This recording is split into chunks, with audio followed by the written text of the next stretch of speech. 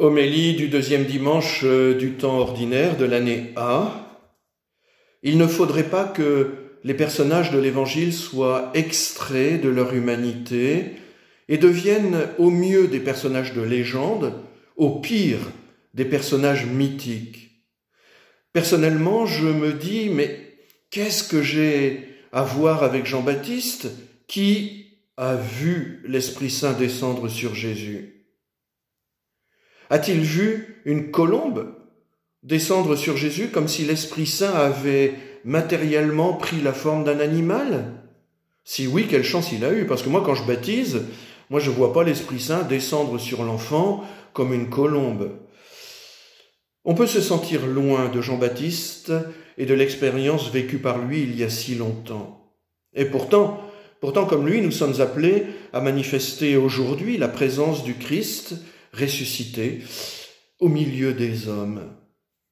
Alors si Jean-Baptiste dit l'Esprit Saint comme une colombe, c'est qu'il doit témoigner d'une réalité qu'il n'a pas perçue matériellement, mais en image, dans son esprit.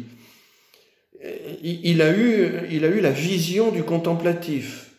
Il a eu la vision du contemplatif. Jean, l'auteur de cet évangile, sait de quoi il parle. Parce que lui, Jean, donc je redis que c'est l'auteur de cet évangile, je ne parle pas de Jean-Baptiste là, mais de Jean l'évangéliste. Jean l'évangéliste, donc, face au tombeau vide, a vu. Mais c'est le vide qu'il a vu. Pas d'apparition. Il n'a pas vu le Christ dans son acte même de résurrection, au moment où il est passé de la mort à la vie. Non, il n'a pas eu de vision matérielle, mais il a vu le dedans, pourtant invisible, de l'événement. L'intérieur de l'événement, pourtant inaccessible à ses sens. Le Christ qui était passé de la mort à la vie.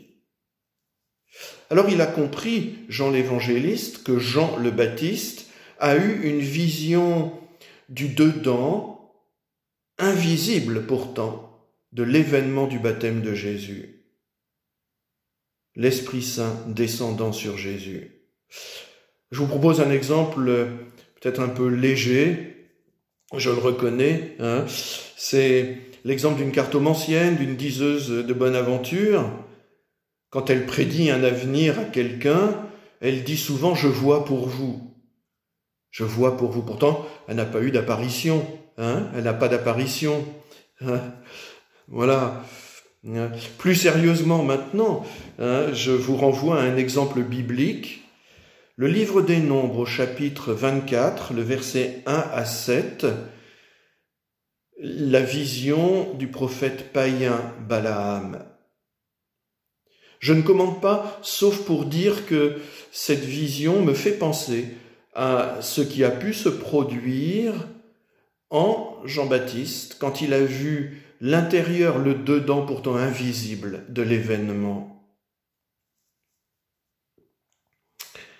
Si nous nous laissons transformer au plus profond de notre être, nous pourrons discerner la présence du ressuscité au milieu de nous, agissant dans l'histoire humaine, même la plus quotidienne.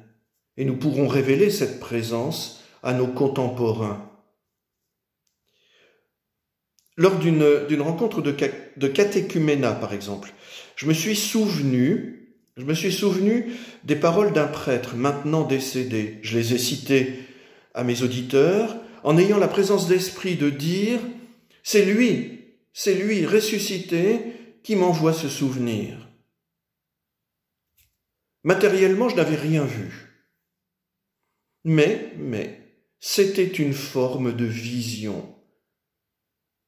Avoir vu l'intérieur de l'événement pour pouvoir manifester la présence, pourtant invisible, de cet ami prêtre maintenant ressuscité. Amen.